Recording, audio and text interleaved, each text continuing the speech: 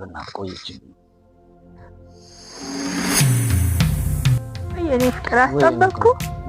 ቅርታ ደህና ነህ? እንዴት ነው ዛሬ? ቸርች የመጣው ስራ ቦታ ላይ በጣም ረፈደብኝ። ከምር ደህና ነህ? አለሁልህ። እና ስራ አይረፍድብህም? ረፈደብኝ እኮ የሄድኩሽ ቤት ማሚ ሄጄ ሰላም ብያት ነው እንዴ? እሺ በቃ ቻው። እሺ እኔም እወድሃለሁ ማሚ። አቤት ሰላም ነው? ከየት እየመጣህ ነው? ከቸርች። የምን ቸርች ነው? ቸርች አባት ኪትፋ ቸርች ትለኛለህ? አረጋኝ ደግሞ ኪብር ዘውጣልኝ እና እያንዳንዱ ቃል ይዘን ልብሴን ሁላ ለቃቁ ይላል መናፍቅ። ሁለተኛ እዚህ ቤት